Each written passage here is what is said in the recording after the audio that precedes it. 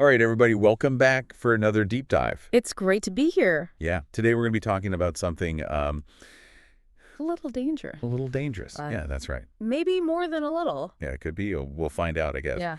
But yeah, so we're talking about tree felling. Yes. And we're going to be talking about tree felling today based on this podcast episode we found called Tree Felling 101, Expert Tips for Safe and Effective Tree Removal. Catchy title. Yeah, I thought so too. Gets to the point. Straight to the point, no messing around. Yeah. Yeah. And so we're going to be talking about all the steps involved in felling a tree safely and effectively. Absolutely. So if you've got a tree in your yard that you're thinking about taking down, or maybe you're just curious about the process, this is the episode for you. That's right. All right, so let's jump right in, I guess. Yeah. What's the first thing that people need to know about tree felling? Well, I think the most important thing is to understand that this is not a task to be taken lightly. There are a lot of potential dangers involved, and if it's not done properly, you could seriously injure yourself or someone else or damage property. Yeah, you could really do some damage. Yeah, absolutely. So safety is paramount. Absolutely. Safety first. Okay, so let's say someone's got a tree in their yard and they're thinking, okay, maybe I could do this myself. What are the first steps they need to take? Well, the first thing you need to do is assess the situation. Okay. Take a good look at the tree and its surroundings. How big is the tree? Where is it located? Okay. Is it close to any power lines or buildings? So yeah. If the tree's large or if it's in a tricky location, close to something important, Right. you're probably better off calling in a professional. Yeah, that makes sense. They have the experience and the equipment to handle those kinds of situations safely. And you don't want to end up like that story from the podcast we were listening to, Oh, yeah. where the guy tried to fell a tree himself and ended up falling on his shed. Oh, that's right. I remember that one. Yeah, that was Not a good situation. not a good day for him, no. Not a good day, no. So, yeah, I think that's a really important point.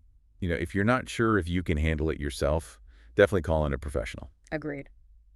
Okay, so let's say you've assessed the situation and you're pretty confident that you can handle it yourself.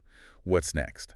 Well, the next step is to make sure you're following all the local regulations. Yes, the regulations. Yeah, you can't just go around chopping down trees willy-nilly. Right. There are rules and permits and all sorts of things you need to be aware of. So how do you find out about those?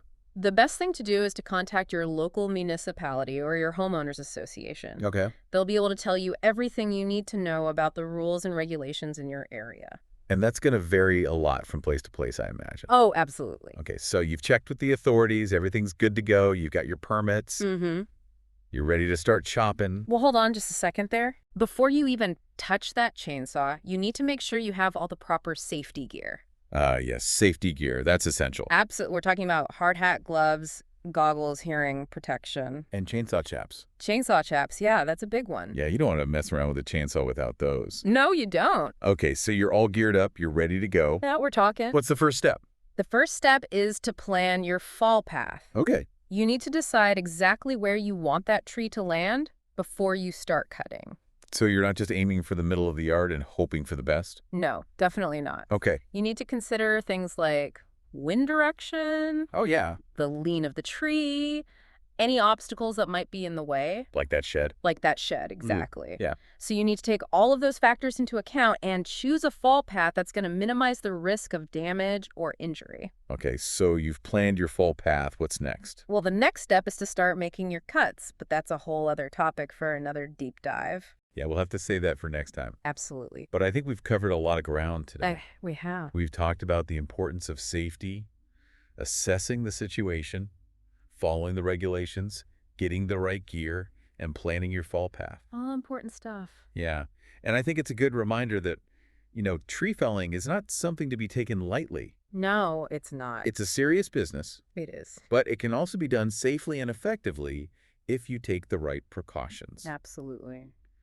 So for all of you out there who are thinking about tackling a tree felling project yourselves, just remember, be safe, be smart, and if you're not sure, call in a professional. Good advice. I think that's about all the time we have for today. Yeah, I think so. So thanks for joining us for another deep dive, and we'll see you next time. See ya. Bye.